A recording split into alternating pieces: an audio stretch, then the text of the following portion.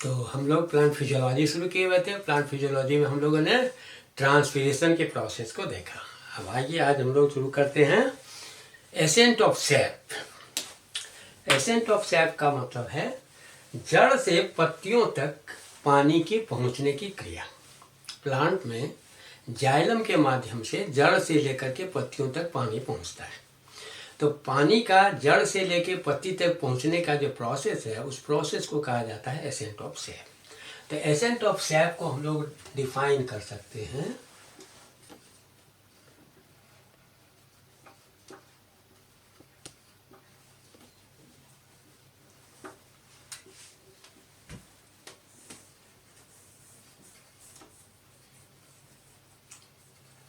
upward movement of water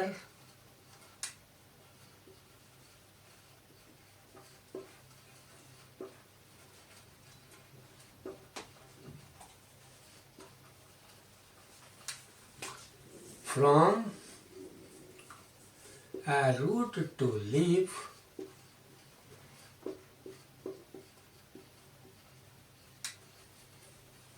through xylem is called ascent of sap.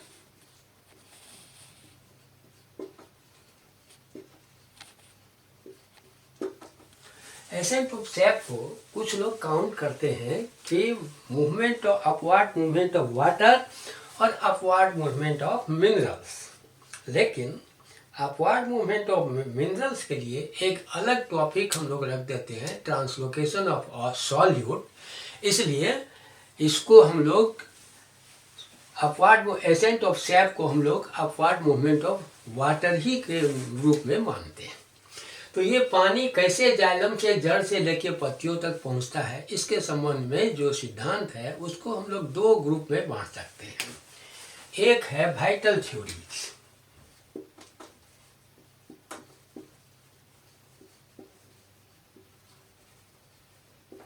और दूसरा है physical theories.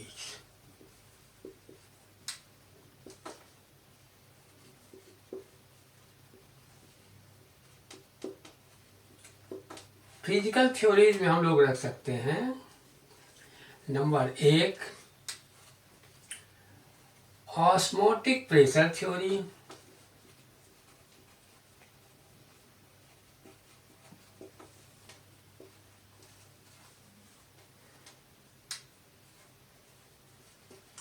Capillarity या capillary theory,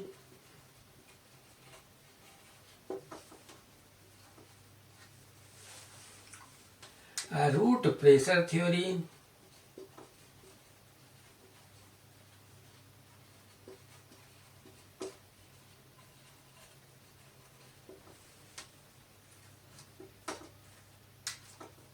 atmospheric pressure theory,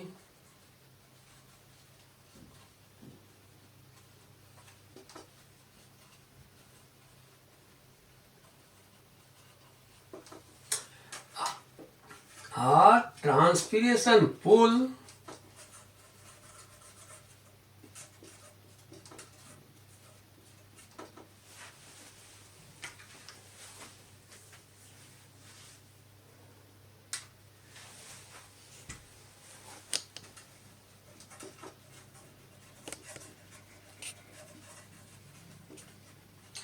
and cohesive force theory.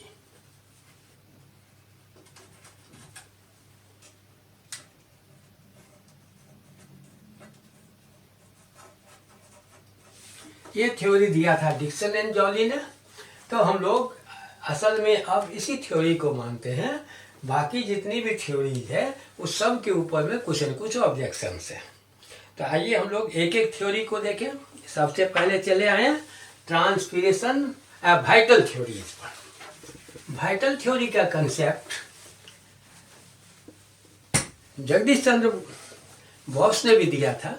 उनका concept था कि plant के sales के अंदर में पल्सरी मूवमेंट होता है। जैसे पल्स चलती है ठीक उस तरह से उस टाइप का मूवमेंट प्लांट के अंदर में होता है और उस पल्सरी मूवमेंट के कारण पानी जड़ से लेके पत्तियों तक पहुंचता है। लेकिन इस पल्सरी मूवमेंट से पानी ऊपर जा सके, इसके अगेंस्ट में एक एक्सपेरिमेंट हम लोग को मिलता है जो एविडेंस देता है कि पल्सरी मूवमेंट से पानी जड़ से पत्तियों तक नहीं जाता है, या कह सकते हैं कि वाइटल थ्योरी सही नहीं है। ये एक्सपेरिमेंट क्या है कि अगर किसी प्लांट को हम पॉइजन से इंजेक्ट कर दें तो सेल का पल्सरी मूवमेंट तो खत्म हो जाएगा, लेकिन देखा क्या गया है कि उस प्लांट में भी जड़ से लेके पत्तियों तक पानी पहुंचता है।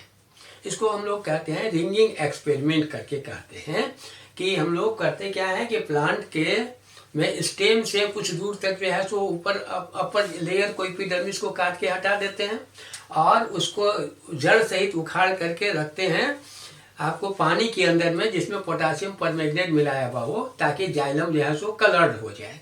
अब जब उसका डिफरेंट प्लेसेज पे सेक्शन काट के देखते हैं तो हम पाते हैं कि पानी जड़ से लेके पत्ती तक पहुंचा है। और जब वह प्लांट पॉइजन से इंजेक्ट किया हुआ रहे तो निश्चित रूप से क्या होगा, उसका सेल डेड हो जाएगा, यानी कि सेल में पल्सरी मूवमेंट पॉसिबल नहीं है। फिर भी उसमें पानी ऊपर चढ़ता है, तो ये एक्सपेरिमेंट ये शो कर देता है कि वाइटल थ्योरी से पानी जड़ से पत्तियों तक नहीं जाता है। अब चले अब फिजिकल थ्योरीज में। तो फिजिकल थ्योरीज के अंदर में एक थ्योरी हम लोग लेते हैं ऑस्मोटिक प्रेशर थ्योरी।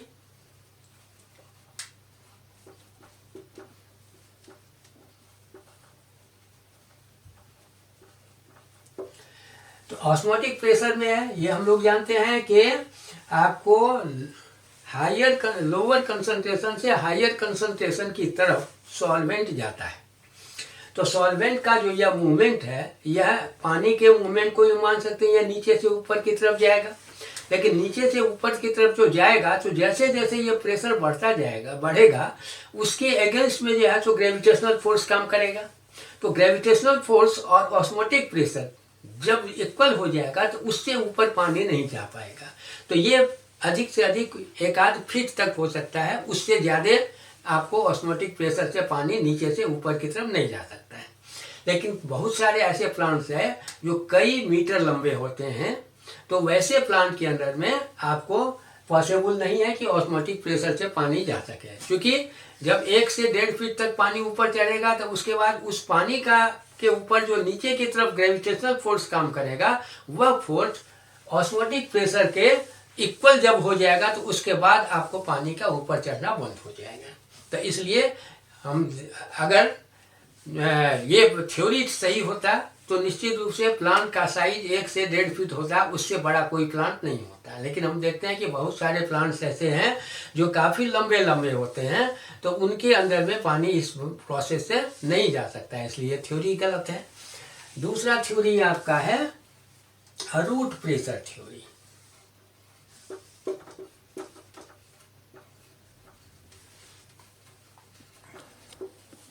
रूट भी दबाव डालती है, इसको हम लोग एक एक्सपेरिमेंट से देख सकते हैं।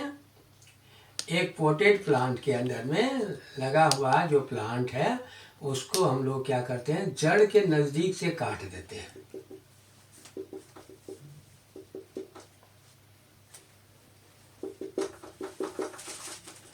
और जड़ के नज़दीक से काट लेने के बाद हम इसके ऊपर में एक मैनोमीटर लगाते हैं, जिस मैनोमीटर के अंदर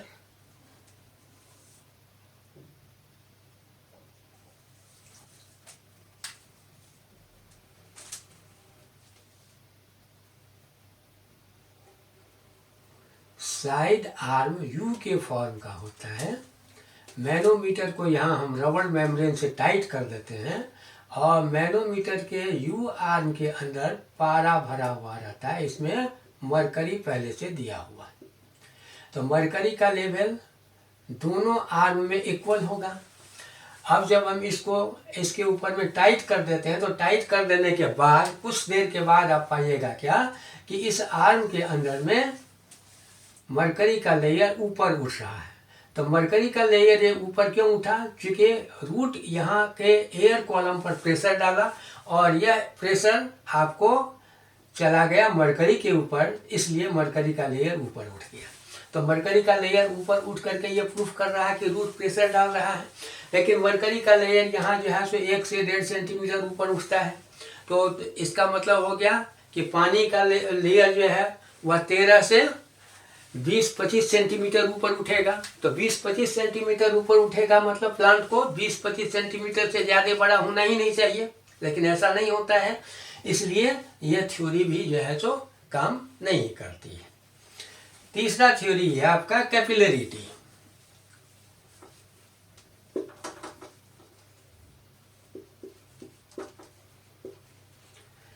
ये थ्योरी कहता है कि कैपिलरी ट्यूब के अंदर में स्वतः लिक्विड जो है सो आपको ऊपर उठ जाता है।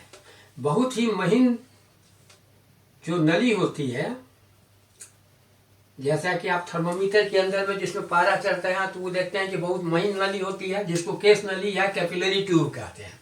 तो कैपिलरी ट्यूब को जब आप किसी लिक्विड में डुबाएंगे तो लिक्विड का जो लेयर है, इस लेयर से ज़्यादा ऊंचा तक ये लिक्विड चढ़ जाता है। लेकिन ये कितना ऊपर चढ़ता है? Hardly 1 centimetre. तो 1 सेंटीमीटर लिक्विड ऊपर उठा, इसका मतलब है क्या कि 1 सेंटीमीटर पानी जो है सो जाइलम के अंदर में मात्र जड़ से ऊपर की तरफ चढ़ सकता है, लेकिन पौधे की लंबाई मात्र 1 सेंटीमीटर ही तो नहीं होती है। इसलिए हम कह सकते हैं कि ये थ्योरी भी गलत है, एटमॉस्फेरिक प्रेशर थ्योरी।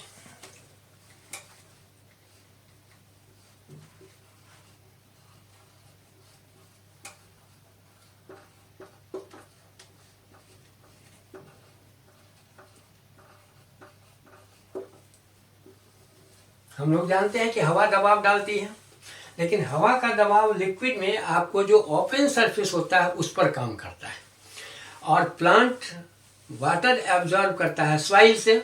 तो सॉइल के अंदर जो पानी है, पानी है उसके ऊपर में एटमॉस्फेरिक प्रेशर काम नहीं करेगा। लेकिन अगर हम मान भी लें कि उस पानी पर भी एटमॉस्फेरिक प्रेशर काम कर रहा है, तो एटमॉस्फेरिक प्रेशर हम लोग जानते हैं कि मैक्सिमम कितना होता है? 30 इंच। पारा का लेयर जो है वो 30 इंच जो है सो आपको ऊपर उठा हुआ रहता है। जो नॉर्मल एटमॉस्फेरिक प्रेशर है वो होता है मरकरी का 30 इंच लेयर, क्योंकि 36 इंच का जो हम लोग ट्यूब लेते हैं बैरोमीटर के अंदर में, तो बैरोमीटर के अंदर में उसमें से 6 इंच जो है सो पारा नीचे गिर जाता है। मतलब 30 इंच के लेयर को, पारा के 30 इंच के लेयर को एटमॉस्फेरिक प्रेशर ऊपर उठा रहा है। तो हम कह सकते हैं कि पारा के लेयर को 30 इंच तक एटमॉस्फेरिक प्रेशर ऊपर उठाएगा। अब पारा का डेंसिटी चूंकि 13.5 है, तो 13.5 से इसको आप गुना कर दीजिए, तो हम कह सकते हैं 135 मल्टीप्लाइड बाई 3,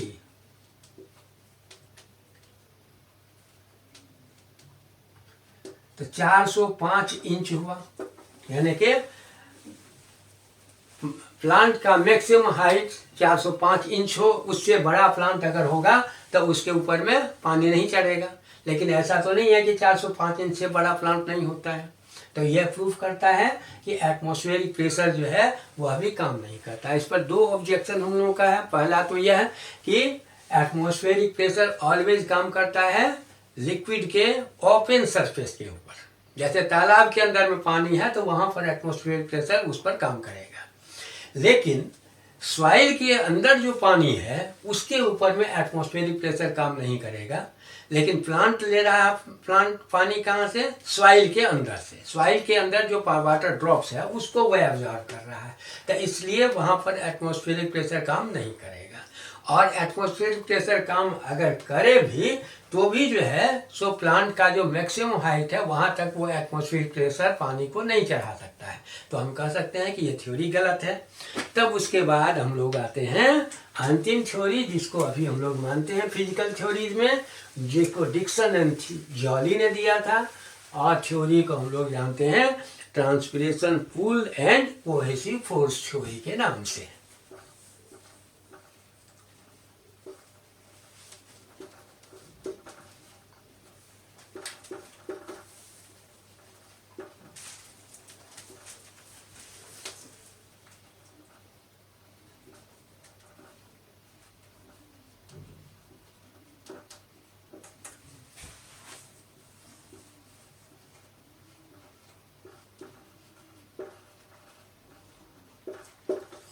ये थ्योरी दिया था डिक्सन एंड जॉली ने।